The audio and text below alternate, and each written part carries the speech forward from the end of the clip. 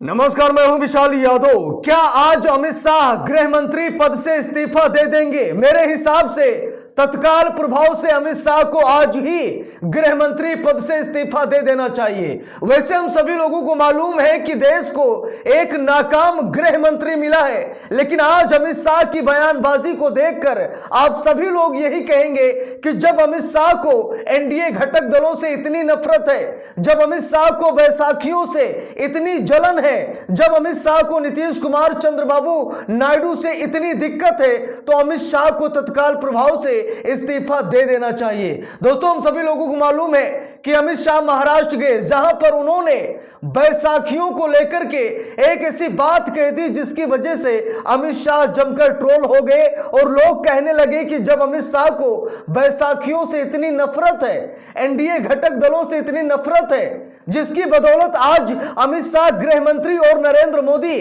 प्रधानमंत्री बने बैठे हैं, इन लोगों को तुरंत इस्तीफा दे देना चाहिए। अब दोस्तों, यहां पर देखिए, अमित शाह का बयान देखिए, एक नाकाम गृह मंत्री का यह बयान देखिए, क्योंकि नीचता की सारी हदें पार करते दिखाई दे रहे हैं अमित शाह। एनडीए घटक दलों को गालियां दे रहे हैं अमित शाह। मुझे तो लगता है कि नीतीश कुमार और चंद्रबाबू नायडू को तुरंत अभी अपना समर्थन वापस लेना चाहिए और नरेंद्र मोदी को प्रधानमंत्री की कुर्सी छुड़वा दें, अमित शाह को गृह मंत्री की। तुरंत नीतीश कुमार और चंद्रबाबू नायडू को ऐसा ही करना चाहिए। अब दोस्तों, यहां पर देखिए, अमित शाह का बयान है। अमित शाह ने कहा कि सीएम को याद रहेगा वो पार्टी की वजह से इस पद पर पहुंचे हैं। अमित शाह बोले, महाराष्ट्र में भाजपा बैसाखियों पर नहीं अपने बल पर चलती है। वाह अमित शाह जी, वाह! यानी कि आपको शर्म नहीं है, आप इतने नीचे कैसे गिर सकते हैं? अगर आज आप गृह मंत्री हैं तो ये एनडीए घटक दलों की देन है, ये बैसाखी की देन है। आपकी पूर्ण बहुमत की सरकार देश में नहीं है, आप बैसाखियों के दम पर ही गृह मंत्री बने बैठे हैं और महाराष्ट्र में जाकर के बैसाखियों को गाली दे रहे हैं। और अगर आज महाराष्ट्र में सरकार है भाजपा की, अगर देवेंद्र फडणवीस मुख्यमंत्री हैं, तो इसमें एकनाथ शिंदे का भी योगदान है, अजित पवार का भी योगदान है और अन्य दलों का भी योगदान है। अमित शाह ऐसा क्यों भूल रहे हैं? क्या अमित शाह को सत्ता का अहंकार हो गया है? बैसाखियों के दम पर सरकार चला रहे हैं और आज बैसाखियों को ही नीचा दिखा रहे हैं। अरे ये वही अमित शाह हैं जिन्होंने शिवसेना में दो फाड़ करवा दिए। ये वही अमित शाह हैं जिन्होंने एनसीपी में दो फाड़ कर दिए, चाचा भतीजे को लड़वा दिया। आखिरकार अमित शाह ऐसा कैसे बोल सकते हैं? देखिए, यहां पर लिखा है, सीएम को याद रहेगा। अब यहां पर गृह मंत्री अमित शाह जो खुद बैसाखियों के दम पर गृह मंत्री बने बैठे हैं, आज वो देवेंद्र फडणवीस को भी नीचा दिखा रहे हैं, अपने मुख्यमंत्री को नीचा दिखा रहे हैं। यहां पर अमित शाह महाराष्ट्र में पहुंचकर यह भाषण दे रहे हैं कि अगर आज देवेंद्र फडणवीस मुख्यमंत्री हैं तो यह पार्टी की देन है, यानी कि देवेंद्र फडणवीस का कोई योगदान नहीं है।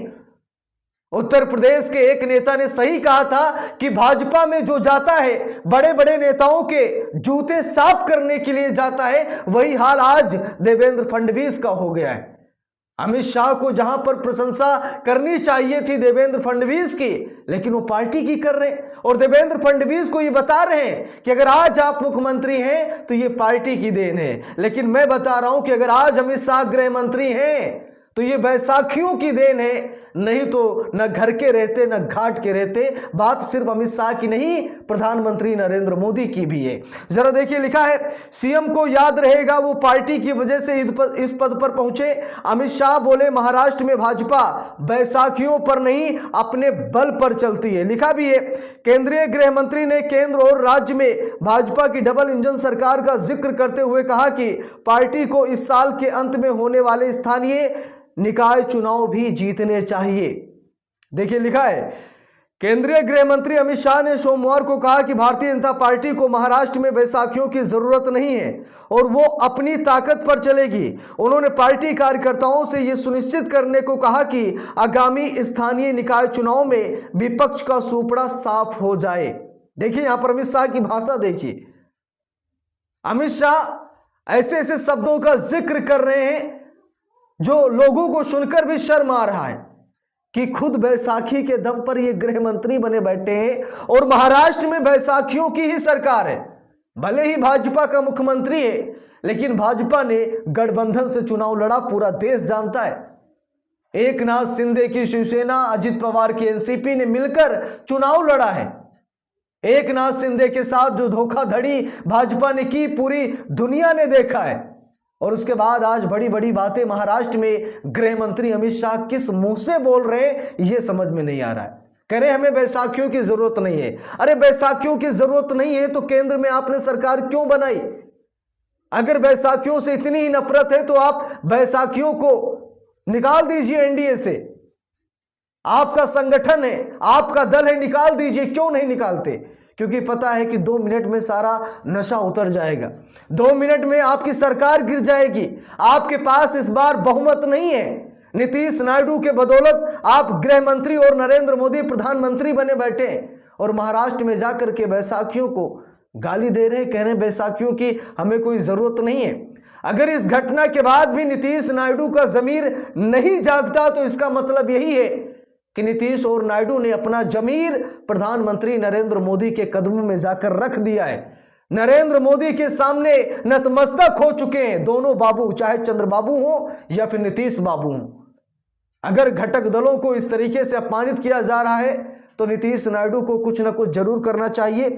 लेकिन जो अपना जमीर बेच चुके हैं, जो अपना मान सम्मान नरेंद्र मोदी के कदमों में रख दिए हैं, उनके लिए मैं क्या ही कहूं। देखिए लिखा है, अमित शाह ने दक्षिण मुंबई में चर्च गेट स्टेशन के पास भाजपा के महाराष्ट्र प्रदेश कार्यालय की नई इमारत की आधारशिला रखने के बाद पार्टी कार्यकर्ताओं को संबोधित करते हुए कहा, हमने साबित कर दिया है कि परिवारवाद वाली पार्टियों की राजनीति अब इस देश में नहीं चलेगी।